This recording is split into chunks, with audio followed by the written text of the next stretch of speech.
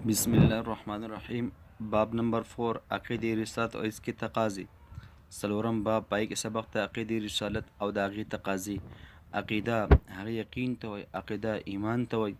रिसालत द पैगम्बर वसल्लम पर रिसालत पानी अक़ीदा ईमान सातल और इसके तकाज़े दागी तकाज़े अक़वास मुक्त बयान माना व मफ़हूम। रिसालत के लग़वी माना पैगाम पहुँचाना है। रिसालतुल माना पैगाम रसोल दी और पैगाम पहुँचाने वालों को रसूल कहते हैं। पैगाम रसूल की ताक़सो रसूल वर्तो है। इस्लाह में रसूल से मुराद ऐसा बरगज़ीदा और मुत्तक़ी शख्स है। इस्लाह की द रसूल न मुराद दासी पाक दामना और मुत्तक़ी इंसान ने जो अल्लाह का पैगाम अल्लाह के बंदों तक पहुँचाए।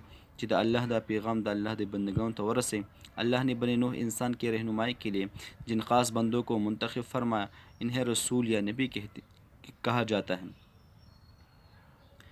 अल्लाह द बने नूह इंसानानो द रहनुमाई द पार कम ख़ास बंदिगान दाग़ इंतखाब कड़ा गए रसूल या नबी वेले शी। नबी के माना भी खबर देने वाला, द नबी माना हम खबर वर्कवल दी। नबी या रसूल होना सिर्फ़ अल्लाह का ख़ास फ़ज़ल करम है।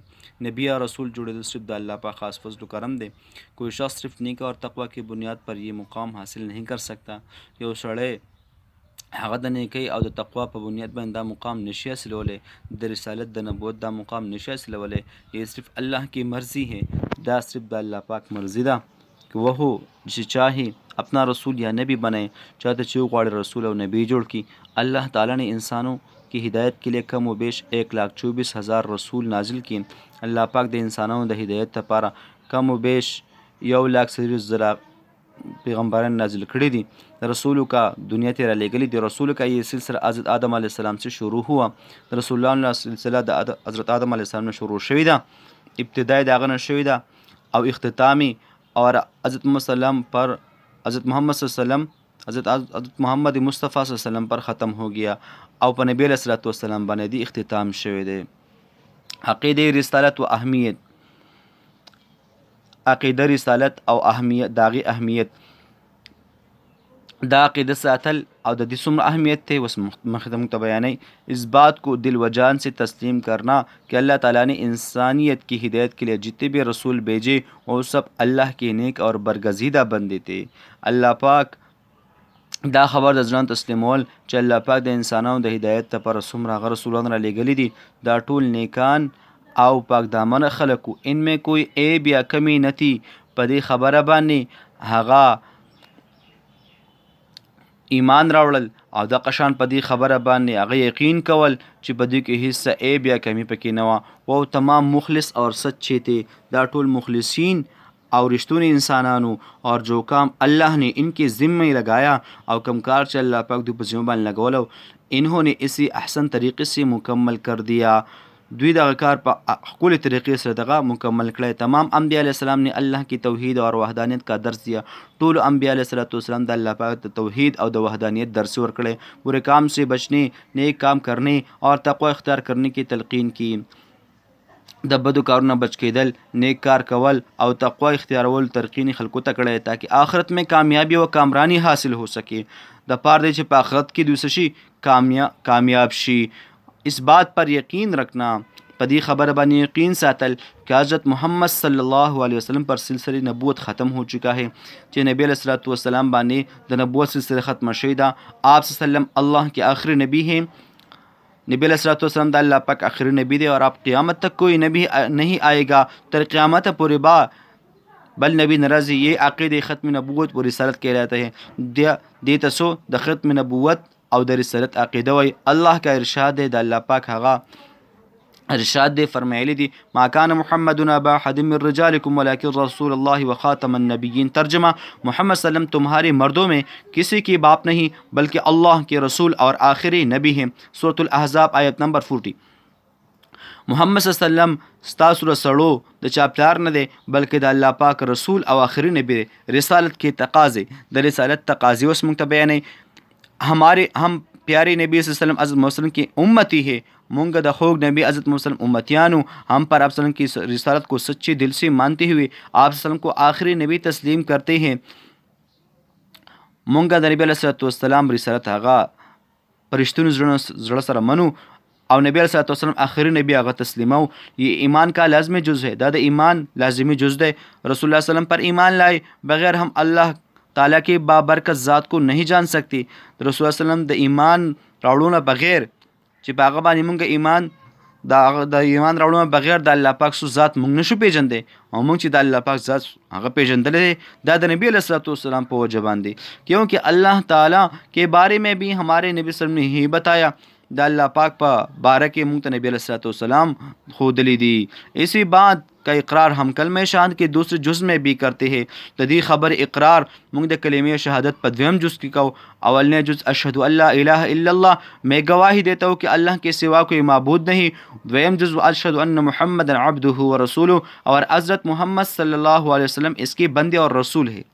امتی ہونے کے ناطے ہمارے لیے ضروری یہ جاننا ضروری ہے د امت کېدو د وجې نه زمونږ په موږ باندې دا پیژندل ضروری دي کہ رسول اللہ پر ایمان لانے کی کیا تقاضے ہے، چې په پیغمبر باندې د ایمان راوړو څه تقاضے دي، تاکہ ان پر دل و جان سے عمل کر کے صحیح معنوں میں حضرت محمد صلی اللہ علیہ وسلم کا امتی ہونے کا حق ادا کر سکے. د پار د دې چې د زړه نه او د قشان په خپل عملی د قشان په خپل بدن باندې هغه په صحیح طریقو باندې نبی علیہ الصلوۃ والسلام د امت کېدو حق ادا کو. یعنی د زړه نه هم ظاهر هم د باطن هم او ظاهرا هم د نبی علیہ الصلوۃ والسلام د امت کېدو حق هغه مونږه ادا کو. محبت رسول، د نبی علیہ الصلوۃ والسلام سره محبت کول، رسول کریم صلی اللہ علیہ وسلم سے محبت کرنا عقیدے رسالت پر ایمان کا سب سے اہم تقاضا ہے.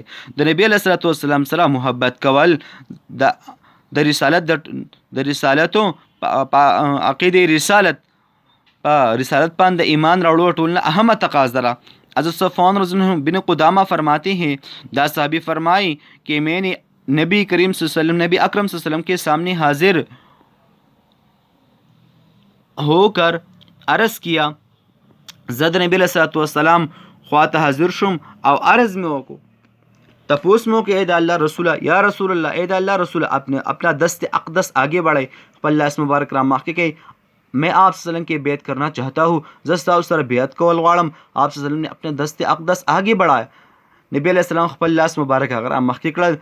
میں نے بیعت کرتے ہوئے عرض کی، ما بیعت و سره وکو او عرض میں ورته وکو، اے اللہ کے رسول صلی اللہ علیہ وسلم، مجھے آپ صلی اللہ علیہ وسلم سے محبت ہے، دا اللہ رسولہ زما ستا سره محبت ہے. آپ صلی اللہ علیہ وسلم نے فرمایا، آدمی کا حشر اسی کے ساتھ ہوگا جس سے اس کی محبت ہوگی. د بنده حشر به د هغه چا سره کیږي د قیامت په ورځ باندې چا سره محبت وي. ایک اور حدیث میں آپ صلی اللہ علیہ وسلم کا ارشاد گرامی ہے. په یو بل حدیث کې نبی صلی اللہ علیہ وسلم فرمایلی دي، تم میں سے کوئی شخص اس وقت تک کامل مومن نہیں ہو سکتا جب تک وہ اپنے والدین، اولاد اور سب لوگوں سے بڑھ کر مجھ سے محبت نہ کرے. پتا سو کہ یو سړی تر هغه وخته پورې کامل ایمان وال نشي کېدی، کامل مومن نشي کېدی، تر څو پورې چې د هغه محبت د مور و پلار نه او د اولاد نه او د ټولو خلکو نه زما سره سیوا نشي.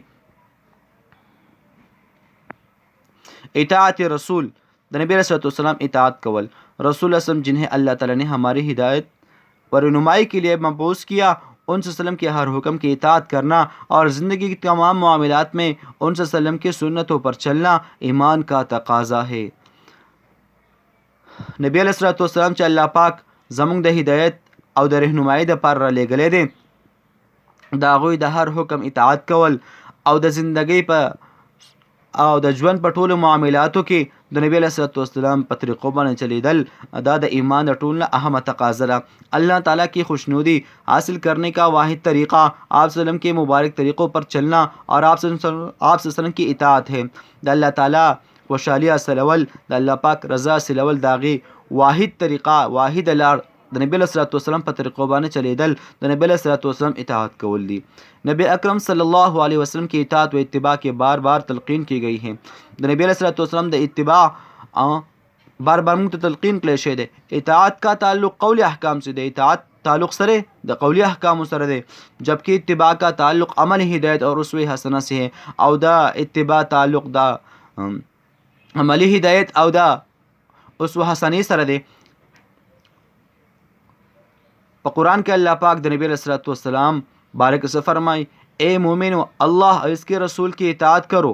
اے مومنو अल्लाह और इसके रसूल की इताअत करो। सूरत निसा आयत नंबर 59। ए मोमिनानो द अल्लाह और द हغه रसूल सो के इताअत वकई। हमने जो भी रसूल भेजे अल्लाह के हुक्म से इसकी इताअत कीजिए। मुझे कम पैगम्बर दर ले गले दे दाग द अल्लाह पे हुक्म से दाग इताअत वकल। सूरत निसा आयत नंबर 64। बेशक तुम्हारे लिए रसूल अल्लाह की ज़िंदगी में बेहतरीन नमूना है। बेशका स्तासु लपार द नबी अलैहि सलाम पर जुआन की अगर बेहतरीन नमूना। सूरत अल-अहज़ाब आयत नंबर 21। नबी करीम सल्लल्लाहु अलैहि वसल्लम का इरशाद है, तो नबी अलैहि वसल्लम इरशाद दे तो में से कोई शख्स इस वक्त तक मुसलमान नहीं हो सकता जब तक इसकी ख्वाहिश इस शरीयत की ताबे न हो जाए जो मैं लेकर आया हूँ। पतासु की तरह वक्त पूरे कस हगा मुसलमान नशि के दे तरसो पुर दा ख्वाहिश दा शरीयत ताबे नशी मुताबिक नशी चागा ما راوړ پیش کړی مې دی او دا حدیث مشکا شریف نه راغسته حدیثو کتاب دی. تعظیم رسول صلی الله علیه وسلم د نبی صلی الله علیه وسلم احترام کول ادب کول. تعظیم رسول صلی الله علیه وسلم بھی رسالت پر ایمان کا اہم تقاضا ہے. د نبی صلی الله علیه وسلم احترام کول د رسالت د نبی صلی الله علیه وسلم احترام کول هغه د ایمان د ټولو اهمه تقاضا را. پر رسالت باندې د ایمان راړو د ټولو اهمه تقاضا را. بارگاہ رسالت میں معمولی سی بھی ادبی اور ساری بے ادبی ساری زندگی کے نیک اعمال کو غارت کر دیتی ہے. د نبی صلی الله علیه وسلم بارگاہ کې معمولی غونتی بے ادبی کول ټول زندگی څومره اعمال شي هغه ختمي خرابي محو کوي. यहाँ तक कि ऐसा करने वाला ईमान के दौलत से भी महरूम हो जाता है. तर दे पूरे ची दासी बेअदबी और बेहतरामी का उनके अक्सर द ईमान द दौलत नम से महरूम शी. तमाम अम्बिया अलैहिस्सलाम की ताज़ीम फ़र्ज़ है. टूल अम्बिया अलैहिस्सलाम एहतराम ताज़ीम को फ़र्ज़ दी. अम्बिया अलैहिस्सलाम की ताज़ीम को ज़रिए निजात करार दिया गया है. द अम्बिया अलैहिस्सलाम ताज़ीम को ज़रिए द निजात खोले शुई दी. कुरान मजीद में इरशाद है, कुरान करीम का अल्लाह पाक फरमाए जो लोग आप सल्लम पर ईमान लाए कम खल को जो नबी अलैहिस्सलाम पर ईमान रोड़े आप सल्लम की ताज़ीम की करे द नबी अलैहिस्सलाम ताज़ीम की आप सल्लम की मदद करे द नबी अलैहिस्सलाम मदद की और इस नूर की पूरी पैरवी करे ताकि नूर पूरी पैरवी की जो आप सल्लम पर नाजिल हो गया है जो पर नबी अलैहिस्सलाम बान नाजिल कर कुरान करीम हगा पैरवी की वही लोग कामयाबी हासिल करने वाली है. दा खलक कामयाबी हासिल उनकी दी. सूरत अल-आराफ आयत नंबर 157. नुसरत रसूल सल्लल्लाहु अलैहि वसल्लम द नबी अलैहि वसल्लम हगा मदद कवल यानी द दीन पखरौल की मदद कवल. नबी करीम सल्लम के अहकाम व तालीमात की तरवीज इशात और अमल नफाज का जहद करना जहद और कोशिश करते रहना रिसालत पर ईमान का तकाजा है.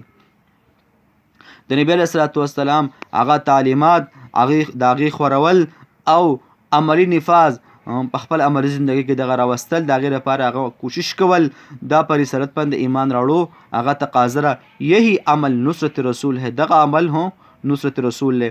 اللہ تعالیٰ نے مسلمانوں پر احسان کیا کہ ان میں اپنے پیارے حبیب حضرت محمد صلی اللہ علیہ وسلم کو مبعوث فرمایا. اللہ پاک په مسلمانوں باندې احسان کړی چې خپل خوږ نبی علیه السلام ورته هغه را لېږلی دی. اب یہ ہم پر फ़र्ज़ है कि आप सल्लम के लाए हुए दीन के लिए सहाबा किराम रज़ी अल्लाह अन्हुम की तरह किसी भी किस्म की क़ुरबानी पेश करने से गुरेज़ न करें. वज़दा ज़मंगा फ़र्ज़ दी कि नबी अलैहिस्सलाम چې کوم دین راوړی دی او صحابه څنګه قرباني په هغې باندې پیش کړې ده د یوې قربانۍ نه شاته شي نه د هغوی په نقش قدم باندې موږ لمسو تلل پکار دي چې موږ هم د یوې قربانۍ نه شاته نه شو. رسالت پر صحیح ایمان کے حامل وہ لوگ ہیں جو رسالت کے تمام تقاضوں کو عمدہ طریقے سے پورا کرتے ہیں. پر رسالت پر نے صحیح ایمان راوړون کے خلق تھی چې هغه د رسالت هغه د ټولو تقاضې هغه پورا کوي. اس لیے سب مسلمانوں کی چاہیے کو رسالت کے تقاضوں کو عملی طور پر اپنائے. ټولو مسلمانوں له پکار دی چې د رسالت د تقاضې دا په خپل عمل کې راولي और नबी करीम सल्लम की शरीयत और पैगाम को सारे दुनिया तक पहुंचाने की कोशिश करें. और द नबी अलैहिस्सलाम शरीयत और द नबी अलैहिस्सलाम पैगामात आगा टूल दुनिया तरह द रसूल लपारा कोशिश वकी. ख़त्म नबूवत पाने अक़ीदा सातल हर मुसलमान पर फ़र्ज़ है कि वो रिसालत के तकाज़ों को पूरा करते हुए हज़रत मोहम्मद सल्लल्लाहु अलैहि वसल्लम को अल्लाह ताला का आखिरी नबी मानने और इस बात पर पुख्ता यकीन रखिए कि दुनिया में कोई और नबी नहीं आएगा. په هر مسلمان باندې فرض دی چې د رسالت په تقاضو او د پوره کولو کوشش وکړي او د نبی علیه الصلاۃ والسلام د آخري نبی په یقین سره د کېدو هغه کوشش وکړي چې نبی علیه الصلاۃ والسلام آخري نبی دی. دا خبر د زړه نه ومني چې نبی علیہ الصلوۃ والسلام نبا وروستو بل نبی ناراضی تر قیامت پوری بن ناراضی. آپ وسلم سے پہلے آنے والے نبی کسی ایک علاقے ملک قوم یا شہر کی طرف بھیجے جاتے. د نبی علیہ الصلوۃ والسلام مخکې څومره نبیان راغلي ابا یو ملک ته علاقې ته یو قوم ته یو خاص هغه خار ته هغه لے شول لیکن حضرت محمد وسلم پوری دنیا کے لیے نبی بنا کر بھیجا گیا. لیکن نبی علیہ الصلوۃ والسلام د پوره دنیا د پاره نبی جوړ کړل شوی دی کافۃ للناس. قرآن کریم کې الله پاک فرمایي کافۃ للناس د پوره انسانانو د پاره غا لګل شوی دی. اب قیامت تک آنے والے انسانوں کے لیے رہنمائی کا واحد ذریعہ آپ وسلم پر نازل ہونے والے کتاب قرآن مجید اور آپ وسلم کا اسوہ حسنہ ہے. د قیامت پورې د انسانانو د رهنمایي دپاره واحد لار د نبی علیه الصلوۃ والسلام چې کوم نازل کړل شوی کتاب قرآن مجید دی او د نبی علیه الصلوۃ والسلام مبارک هغه سیرت سنت دی او د نبی علیه الصلوۃ والسلام د ژوند اخیسته هغه اسوه حسنه ده. قرآن مجید اور احادیث مبارکه میں نبوت کے سلسلے کی تکمیل کو اس طرح بیان کیا گیا ہے. قرآن مجید او د حدیث مبارکو حدیث مبارک کې د نبی علیه الصلوۃ والسلام د نبوت هغه پورواله په دې طریقې سره بیان کړل شوی دی. محمد صلی الله علیه وسلم تمہارے مردوں میں کسی کے باپ نہیں لیکن اللہ کے رسول اور آخر نبی ہے. سورۃ الاحزاب آیت نمبر 40. محمد صلی الله علیه وسلم ستاسو په سړو کې چا پلار نه دی لیکن د الله پاک رسول او آخری نبی دے. نبی کریم نے فرمایا میں آخری نبی ہوں میرے بعد کوئی نبی نہیں آئے گا. مسند احمد ز آخری نبی هم زمان بعد با بل نبی ناراضی. دا د حدیث کتاب د غنی دغه حواله راغستره د حدیث پای کې دی. اللہ تعالی نے نبوت کی عمارت بنائی اور ایک ان کی جگہ باقی چھوڑ دی اور وہ آخری اینٹ ہو جس کے ذریعے عمارت مکمل ہو گئی. مسند احمد. الله پاک د نبوت عمارت هغه جوړ کړو او د یوې خښتې ځای پکې پرېښودو نیمګړی پرېښودو او زه هغه آخري هغه خښتې هم د دې عمارت چې په ما باندې عمارت مکمل شو اگر میری بعد کوئی نبی ہوتا تو حضرت عمر ہوتا. بل حدیث کې راځي ترمذی شریف کې که زمانه بعد هغه بل څوک نبی وي نو هغه به عمر رضی الله عنه. علی رضی اللہ عنہ میرے لیے اس طرح جیسے حضرت موسیٰ علیہ السلام کے لیے ہارون علیہ السلام. علی زما دپاره داسې دی رضی الله عنه لکه څنګه چې د موسی علیہ السلام دپاره هارون علیہ السلام مگر یہ کہ میرے بعد کوئی نبی نہیں آئے گا لیکن دا خبره زمانه بعد با بل نبی ناراضي. بخاری و مسلم دا دوه د حدیث ډېر اوچت مبارک کتابونه دي. دا غنی دا هغه حدیث راغستې دي د بخاری او مسلم نه. دا حدیث په دوانو کتابونو کې هغه موجود دی. اس لیے حضرت محمد صلی اللہ علیہ وسلم کو اللہ تعالیٰ کا آخری نبی تسلیم کرنا رسالت پر ایمان کا اہم ترین تقاضا ہے. دیو جن نبی علیہ الصلوۃ والسلام د الله پاک آخری نبی هغه منل او د نبی علیہ الصلوۃ والسلام پر رسالت باندې د نبی علیہ الصلوۃ والسلام آخری نبی منل دا د رسالت او د نبی علیہ الصلوۃ والسلام پر رسالت باندې ایمان رټول اہم تقاضا را اگرچہ نبوت کا سلسلہ نبی کریم صلی اللہ علیہ وسلم پر ختم ہو چکا ہے. د نبوت سلسلہ نبی علیہ الصلوۃ والسلام باندې اگر کہ ختم شوی ده لیکن انسانوں کی رہنمائی اور انہیں ہدایت کی طرف بلانے کی ذمہ داری علماء اسلام کی سپرد کر دی گئی ہے. لیکن د انسانوں د رہنمائی هغه ته لار ښودل او د قشن هغه هدایت طرف ته نیغې لارې طرف ته هغه دعوت ورکول دا د علماو هغه سره ذمہ واری ده. نبی کریم صلی اللہ علیہ وسلم نے ارشاد فرمایا نبی علیہ الصلوۃ والسلام فرمایلی میرے بعد میری امت کے علماء قیامت کے دن تک بنی اسرائیل کہ انبیاء کی طرح اپنی ذمہ داریاں نبھائے گی. زما د امت علماء تر قیامت پورې به د بنی اسرائیلو د نبیانو په شانتې خپل ذمہ واری هغه سر ته رسوي.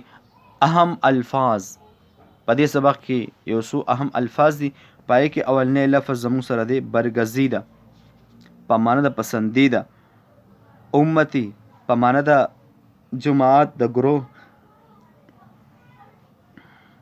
او جمع امم دی. اطاعت و اتباع اطاعت قولی خبره او اتباع عملی اتباع. تعظیم په معنی د احترام، نصرت په معنی د مدد، ترویج په معنی د اشاعت کرنا، او عملی نفاذ په خپل عملی زندگی کې راوستل، عمل کرنا.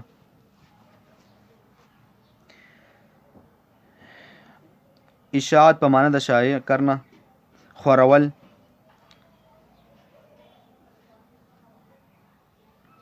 د اطاعت هغه تعلق د قولی احکامو سره او د قشن د اتباع تعلق د عملی احکامو سره. او حشر په معنا د راجمع کېدو او د قشن ایک مقام پر اجتماع، په یو خاص ځای باندې په یو مقام باندې وسو راغونډېدل.